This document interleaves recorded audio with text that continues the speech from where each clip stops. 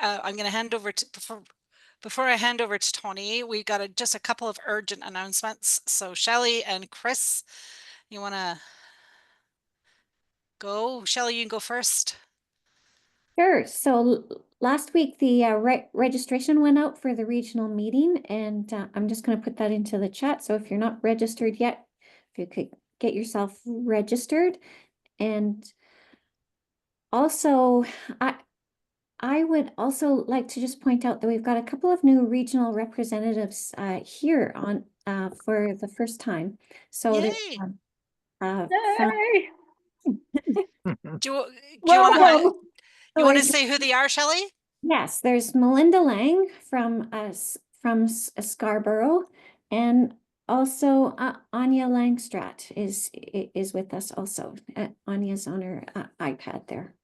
Oh, Anya's here, but she doesn't have a camera. Okay.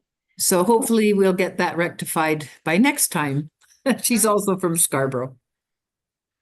Yeah, so good to have you both with us, and to Anya and family also our condolences and continued prayers with the passing of Ari, who's very much but beloved throughout our region. So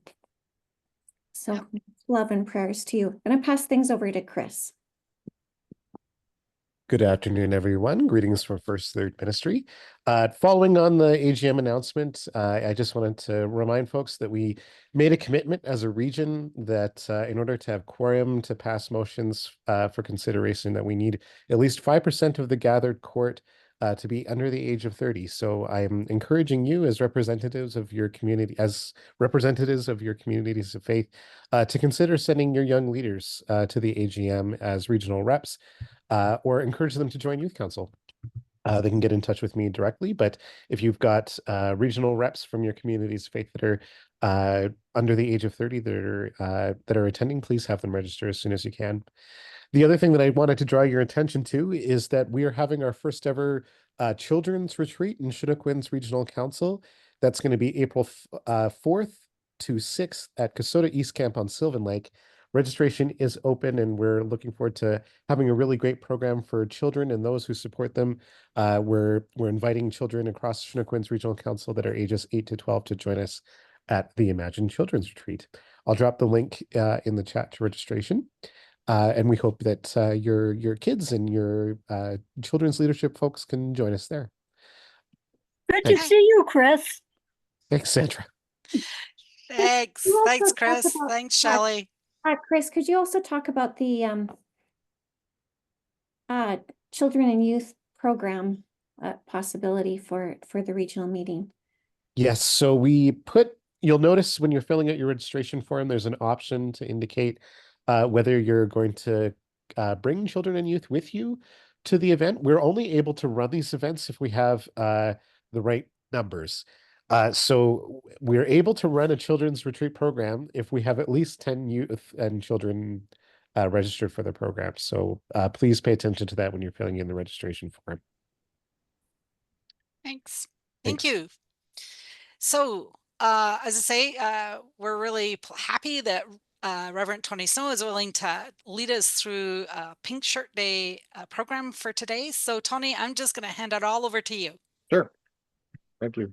And welcome to everyone. Thank you for coming and joining us today for this. This is identified as Pink Shirt Day. We've been doing Pink Shirt Day observances for the last about 5 years, and just to remind people about some of the calls for social justice that are tied to this, and how we are coming into spaces in a very intentional way. I've invited my sister, Teresa Snow, who finished her Bachelor of Social Work, and she's now working on her Master's of Social Work. Going to get that done in June, I believe.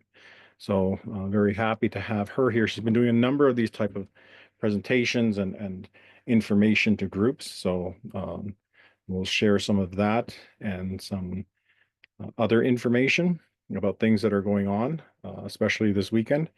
and the invitation to everyone who is able to make that gathering. So we begin with a smudge, begin our opening worship to come together in these spaces. Reminder of our obligations to be mindful of differences in our community, those that have different experiences, those that have different challenges, those that are struggling, especially those of visible minority and sexual gender minorities, people who are unsafe in this world. And so for this day, it's important that we acknowledge that and that we do our part as an institution, as a progressive denomination that wants to live in a world where everyone is welcome and everyone feels included and loved. And so we offer that here in our opening prayer, our Four Directions prayer. Ade makochigeran, naga amene, inigi pabich. Wehe na pinchagya nagine inigi pabich osingina. Anokine nechagya inigi pabich osingina. Aisya ya nechagya naginesh inigi pabich osingina. Mahyamba wadnj changya naginesh wichasta tangacha. Nagine inigi pabich osingina. Makoya Devi Iningi Pavich Osingina. Inamakoche Iningi Pavich Osingina. Ate Makochiger Iningi Pavich Osingina. On Chagezi Twan Chezi, Jesus Christ, when Chapar Jezi. Chagawaka, Wahogu, Hari Chinze, Nari Igichabichen, Nagahaz Naguachetne Ejia. Amen. And for this time, wanted to offer a song here as our opening song. This is a traditional hymn called Eagle Woman. Wagiambicha Marpiada Hibino Wagiambine Ozazambino Yohibine Wagyancha Hechano Wagyawiya Ejabichano.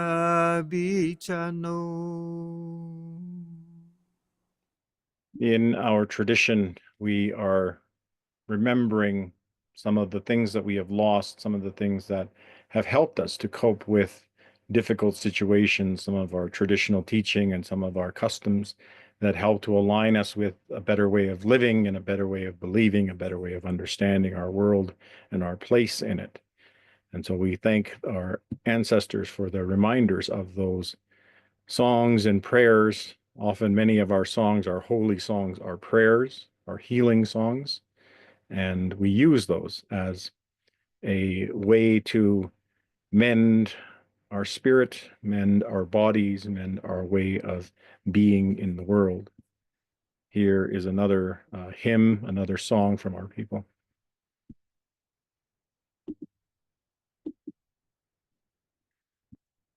So in our land-based practices, our understanding of coming into spaces and how important those are for our relationships, how important those are for bringing us into community together through our understanding of the 7 cardinal directions, our place within it, centering ourselves in that center, and to look below and to look above, below to the earth. We don't believe in a hell.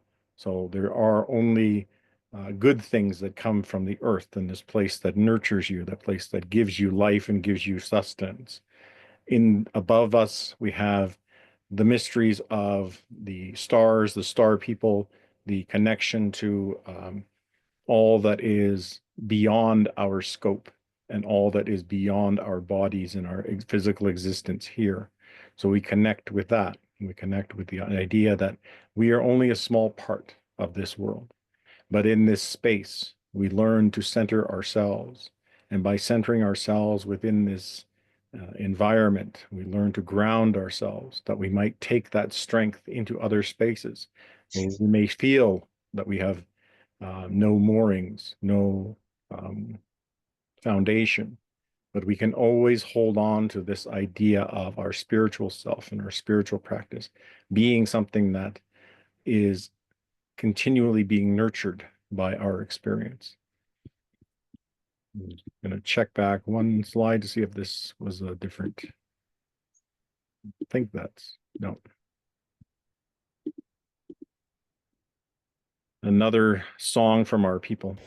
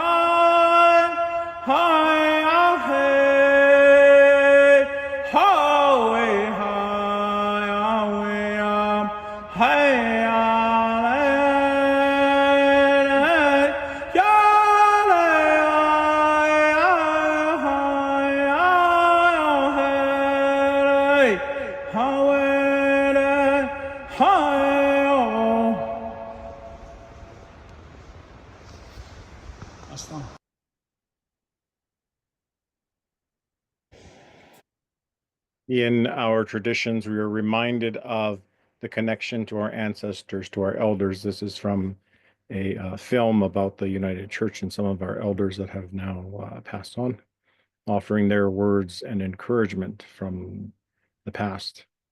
In 1986, Native leaders took our concerns to General Council. We are the salmon people. The significance of the fish is shown through the teachings of Jesus. The wisdom of the elders through Christianity and spirituality foresaw that the two may someday come together. Just think how much I can share with you about sweetgrass.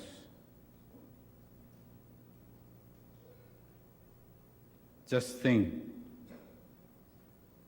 how much I can share with you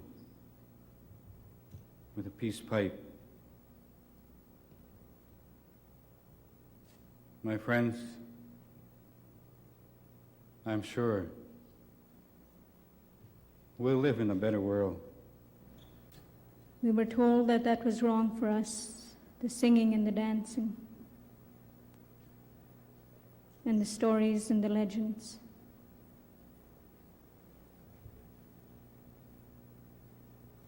But today, I am glad that I have found myself as a Native person. One time I was ashamed because I was Native. In these teachings, we see the nature of the oppression that we are working through and of the time that we are observing today, the importance of lifting up that message, to know that there is resilience and continuance, but that it is a struggle.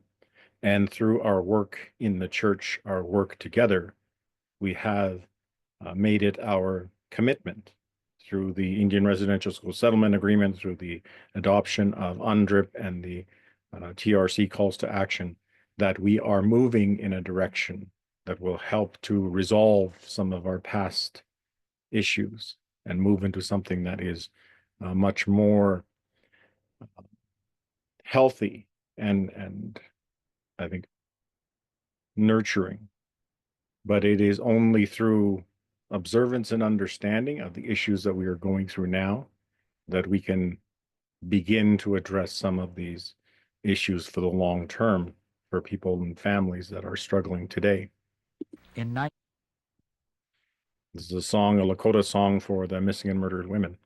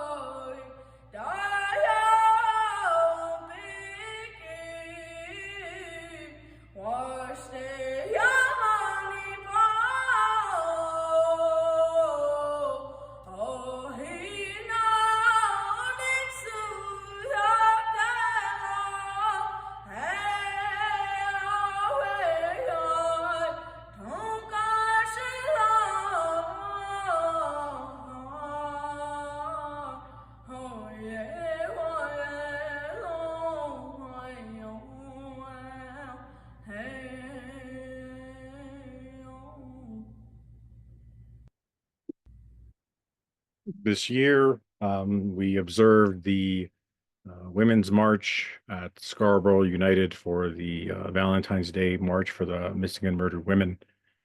We didn't have that big of a turnout, median size turnout, and did the walk because it was very cold. But also, I think it's time to kind of rethink where we're at on some of these issues, whether or not our work in reconciliation is having the kind of impact that we think we have, or that we think is being observed by our neighboring churches and our brothers and sisters in other congregations.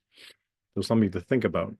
This is a picture of the Women's March in Vancouver, where thousands gathered to march this year. And so just a reminder that this issue is carried on nationally. And as a national church, we need to continue our work in our area.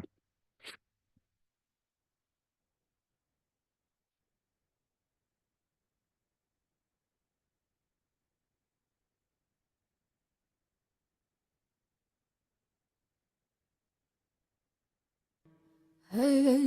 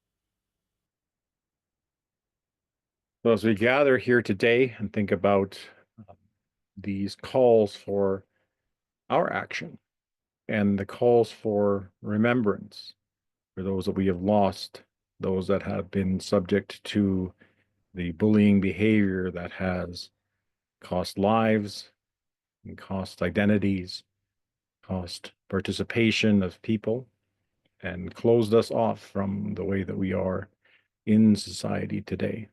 So today, I want to welcome Sister, Teresa Snow to come in and to offer some words about the lateral violence. But I'm going to play this video that I just went by, which is a 1-minute video about Pink Shirt Day from USAY here in Calgary.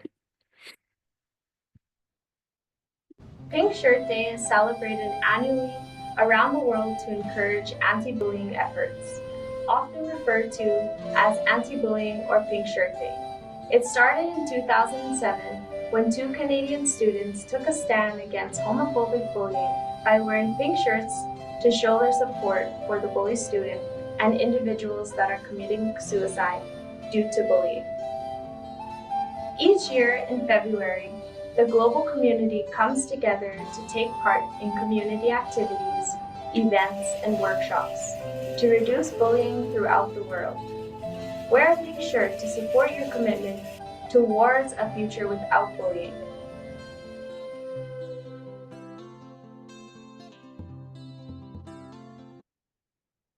So I was going to introduce Teresa. I'll take this screen down and hear from her for a bit.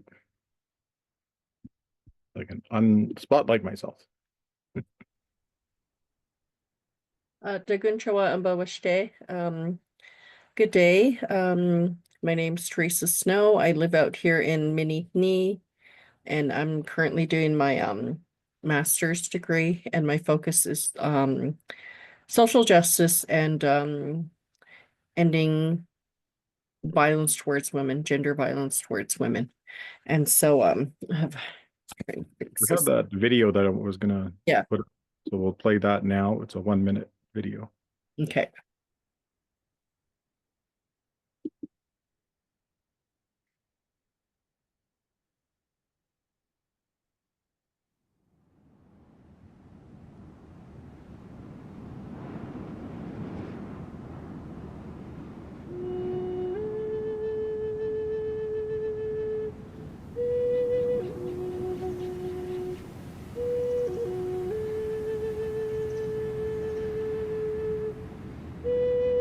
This area was really well known to our ancestors. They came through here, they camped, they had sites where they always returned to. The buffalo followed the stars, and we followed the buffalo. My grandmothers told me about the Lakota way of life. The Lakota woman, she has to be really strong. I'm pretty sure she cries, but it's always hidden. Because she has to show that strength to the family so that they can grow that strength too. So that's her role in the Lakota way of life.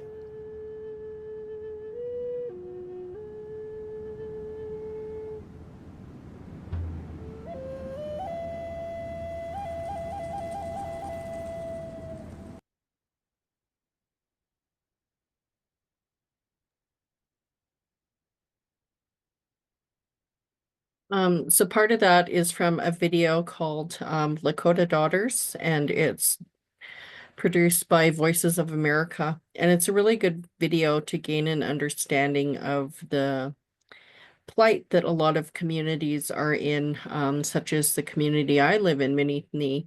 There's a lot of issues and barriers that our people experience daily. And it speaks to reasons why we have such high rates of suicides, domestic violence, gang activity, human trafficking on an increase. In the last couple of years, we've had a couple incidents of vehicles, people non-Indigenous to this area coming out to our community to try and take girls in their vehicles with them. And so, and it's really horrific, and it's really hard to work against because we have two major highways that go through Morley, the Trans-Canada and the 1A. But some of the things that we don't have anymore that we used to have that was alluded to in the videos before, the singing before, was those societies that our families had, that our clans had, our villages had. And those would have been women's societies, boys' societies, men's societies. And these societies helped to mentor a person in growing up and helped them to guide them in what their roles were, their ontological responsibilities to themselves, to their families, to their nation. And we don't have that anymore because of the effects of colonization and residential school and forced assimilation. And so learning about this is a way to gain awareness so that we can talk about this subject that is now just finally we're being able to talk about the truth of what has happened to our people. And when people have a better understanding of what goes on in our communities, why we're dealing with all these social and economic barriers, they have a better understanding of what the origins were. So like missing and murdered Indigenous women, that was as early back as the traders and the Indian agents in our communities, when the men would be out with a permit, a pass permit to go hunting, and the women or daughters would go to the trading post to get the food, they would be targeted and sexualized, abused. And so we can see the very onslaught and begin to understand when we look at all the historical pieces and how it comes together. This also broke down the family dynamics. If we don't have societies or women's societies, women groups, men groups, boy groups, we don't have that functioning part of honoring a person, learning your roles and your responsibilities, and there's a total breakdown in community. And so what we often see in communities, First Nation, Indigenous communities, is the women are the backbone and they are taking care of everything. Majority of them are the breadwinners, having the jobs and having the household, taking in the kids, taking in the grandkids, raising the grandkids, because there's a high percentage of Indigenous women now incarcerated. Also, too, within that, the young girls in the family, the daughters or the nieces or the granddaughters, they sort of seep into that next role of being a helper, a supporter in their family at a young age. They come into that role of being almost parentified from birth. And it's because of the intergenerational violence and trauma that goes on. And so they hold a lot more of the emotional aspects of what goes on in a family and working with the family, holding them together, doing what needs to be done. And they're more susceptible to barriers, gender barriers, having a child, taking care of that child or being forced to give up that child. Also with parentage or membership. In Canada, we fall under the Indian Act. And if you as an Indigenous person by the Indian Act, a status Indian, you need to have your child as a member voted into your community, to your band.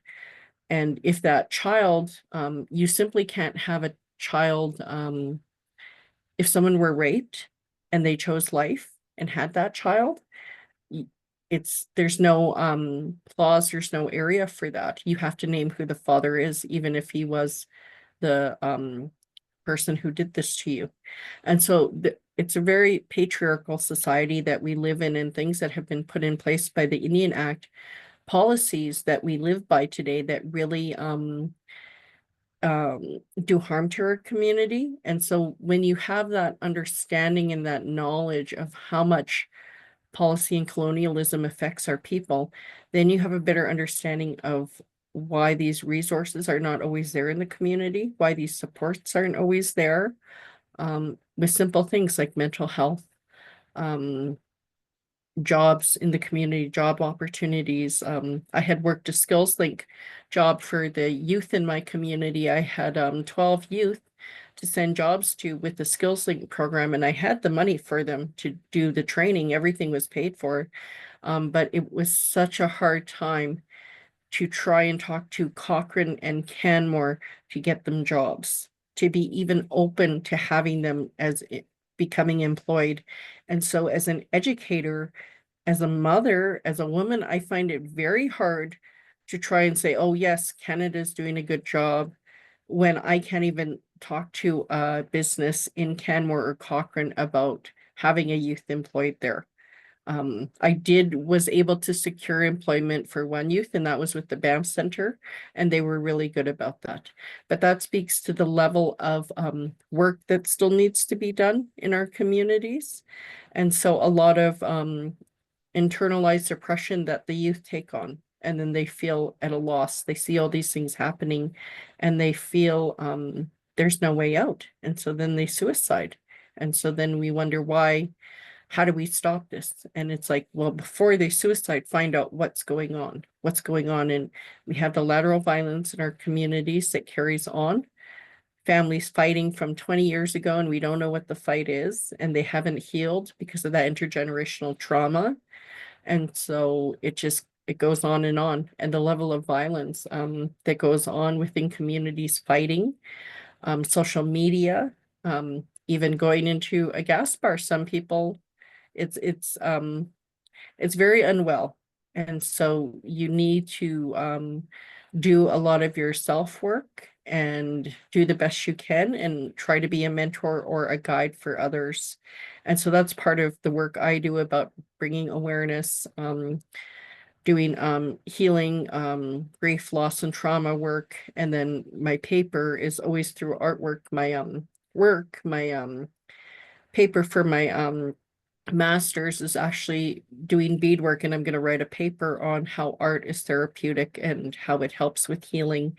And through societies, we would have had beadwork societies, we would have had quillwork societies that would have mentored and monitored our um our journey, because it's part of our mental health. We knew about mental health back then. It wasn't called mental health, but it was called different names in our language, and we had understanding of it back then that people now see as psychosomatic ways of doing things. And so it's just a lot of information. But when you watch more of these videos and gain an understanding of these, then you see the cracks and the pitfalls of what our people are going through. And then you begin to have a better understanding of what barriers they face. I think it's really important for those that are here involved in church work and in reconciliation work that they understand sort of a context around why these relationships are complicated to get in. So that's a very good way for people to kind of think about things they may not know or consider when they're reaching out to a community, and what some of the past traumas might have been. If you're from the United Church, we had a United Church residential school in Morley, and so that has an impact on how the church is viewed. We've also had a long-term church in the community that was fairly well embraced by the community, but less so in the past 10, 15 years. And so when these things like the bodies of the children found in Kamloops and in other places are being put on the forefront, that colors the way that the church is viewed intergenerationally. Those that weren't there, those that knew their parents were part of the residential school or 60s scoop population, have different opinions and ideas around the injustice that they encounter and the injustice their parents encounter, and the long line of that injustice back to the treaty time, back to our historical relationships together. So I want to thank Teresa for taking some time today. I know she's busy and has a lot of good work that she's doing. She's done a lot of work for us in the working especially with missing and murdered women issues, and doing wellness workshops, and reconnecting children and women families to their cultural traditions and customs in the urban context, and for the people at Morley, trying to build up that resilience by reconnecting people to their past, to their knowledge base, to their trust centers, to the ways that they can look at the world around them and the sacredness that our people talk about, and to give us a better guidance moving forward. So just checking our time here. I want to Yeah, I'll thank. just mention Go ahead. maybe on well, before May 5th. So if you look at the face page for the YWCA for Banff, there's the Harmony Project, and so I'm doing some work with them. I've done work with them the last few years regarding missing murdered Indigenous people, or May 5th. And so before that and around that time, we'll be doing an event. It's kind of I think it's going to be called Red Dress Talks. And so we're going to come together and have a different groups of kind of like a panel of people to come sit and talk, but we'll be at tables, and one person will sit with each table, and you can ask questions, have dialogue. It went really well last year. And so we're looking to do it again. As well, we're going to be doing another event just primarily for families, because we want to get them ready for the day, because it does have a lot of triggers, a lot of things happen. And so preparing them with trauma and self-care informed ways of doing things. But yeah, look at YWCA Banff, the Harmony Project, and they do a lot of good things. And so that's one of the things I'm working on right now. So thank you though. Thank you. It's going to share as we do our closing, the event that's coming up this weekend. Tomorrow, we're meeting in Edmonton to speak on the unmarked graves. John, my brother, and I will be both up there speaking with people from the Northern Spirit and at I think it's Southminster Church in Edmonton, and we'll be up there on Thursday for an all-day talk and talking about those directions and next steps around the unmarked graves. On Saturday morning, those who are clergy and leaders in the community are invited to come to the talk with Marie Wilson at the University of Calgary on 10 o'clock in the morning.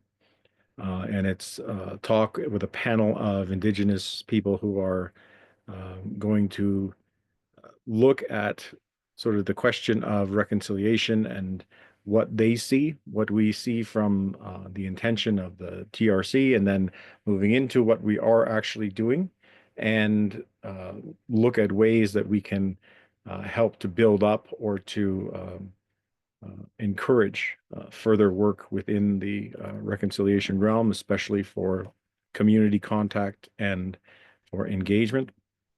Then on Saturday afternoon at 2 o'clock, we'll have a interview going on at Ross Glen Hall at Mount Royal University with Lauren McGinnis, host of Calgary Eye Opener, having an interview with Marie Wilson and doing a book signing afterwards. We'll have a local Indigenous market there from starting at 1 p.m. till 4 o'clock. The poet laureate for Calgary will also be there. This is a chance to hear from Marie Wilson and her experience as a commissioner and what she sees happening that she's written about in her book, North of Nowhere, and an opportunity to engage in this activity, which we are talking about as an oath to become a witness to reconciliation. So what Marie had been doing is going around, especially with those celebrity people that she had met, and she writes about it in the book, talking about Michael Jean, being the first person who was put into this context of becoming a person who swore the oath to become a witness to reconciliation, and the importance of that and what it means to the larger work of reconciliation, to build on these good behaviors, these good ways of understanding our role. She writes in her book, to become an honorary witness was to make a public pledge of commitment to helping the country reach what it had failed to achieve, respectful relations between Indigenous and non-Indigenous people. So this commitment that we'll do as a public oath-taking at the event will be for all those. We're trying to bring in as many different churches and as many different participants that want to come and to administer this oath, and then we'll have a response from the Indigenous people who are gathered and who are taking part in that event. So it's a time to reaffirm our commitment to reconciliation. It's something that I think that we see really can be, I think, useful in our work of taking these kind of commitments and propelling them into that next generation, and something that we might do or think about for our affirming ministries, for our work in anti-racism and that sort of thing. How this work is not limited to what we can do today, but it is intergenerational work. It is something that we have to encourage in our society and in our way of being. So this is one step, and something we can come back to and form community around, organize around, and have more, I think, buy-in from different groups that aren't currently organized around these issues, like the Lutheran Church or like the Universalist Unitarian Church, others that will be there and will be taking part. and trying to build new relationship on the faith basis and doing our part to live up to the Indian Residential School Settlement Agreement, its commitments, and the TRC. So I'm going to stop there and thank everyone for coming. I have to get driving now, so I'll be turning it back over to Karen. Thanks, Tony. Thank you, Teresa. Tony, I just want to clear up one quick question around the events before you disappear. Sure.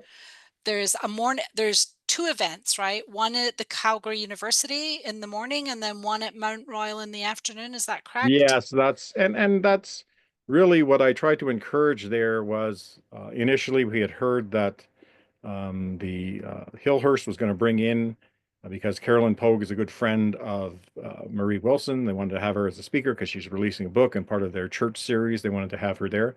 I thought, well, why not build something bigger than that? Why not have more involvement, and not just from the one church or from the United Churches, but look at how we can use this as a moment to bridge between not only our organizations, but the organizations of Indigenous people and outreach to the communities on the reserves and different places. So trying to do a community, sort of like a community check-in.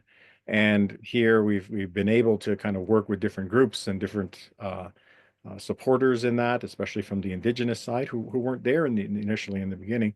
So now we're trying to do more with that, but the most that they kind of coordinated was these two events, which we were sort of focused around, and then they'll be doing smaller events. She'll be at Hillhurst on the morning doing the sermons on the Sunday, and then in the afternoon meeting with the groups from the different community organizations. So with the Elders Lodge and other places. She'll be meeting with the elders from the Calgary Friendship Center on Monday morning, and then doing a thing at the school, and then another event. So there's different sort of events, but none of them sort of took the ball and sort of made it a big public event like we did. So there's only two public events, and then other things that are kind of out there that are that people can sign up for, like the what's that called? The Calgary Friendship Center meeting with the elders, but it's not, you're sort of going as a witness and sort of to be quiet. So it's kind of a more their space, but they're letting other people come. Okay, thanks for that, Tony. Thanks for putting so much time and effort into that work to support Marie Wilson coming here into our area. I'm really sorry. I'm already booked to speak at another event on Saturday, and I'm really sad that I won't be able to be there. But we'll hold it against you. I know. But we really encourage if you go on and there's still space, Shelley has put both those registrations, the one for the morning and the one for the afternoon, up there. Really encourage you, if you can get there, to be there. And also the blessing of us going to Lacombe this year is that we actually are moving the date of the regional meeting. Which means that we are not tied up on May 5th, which we normally are in the regional meeting. So please look around, please follow up on the red dress events that that Teresa was talking about. We actually get to go this year, which is really nice because we're not, as I say, at our regional meeting. So thanks, David, for not being able to host us that weekend. It actually works out really well. Again, thank you, Tony and Teresa, for a really meaningful presentation that was beautiful and at the same time very heart-wrenching. So thank you for that work. And if there is nothing else for the good of the community, I'm going to send you all off on a blessed day. Tony, would you like to bless us out of our day together? Sure. I'll give a prayer that we say in our community. Akdiabi yoshigi no waka, chingyabich ne hahabi, digi yabine, daguina yabi sichien, ozaza ichiam, igichiam, washigia nizeut, Jesus. Amen. Amen. Thank you, Tony. Thank you, Teresa. Thank you, you everyone, both. for joining us. It's good to see all of your beautiful faces, and watch out for the time and place of our next town hall. Thanks, everyone. Bye now.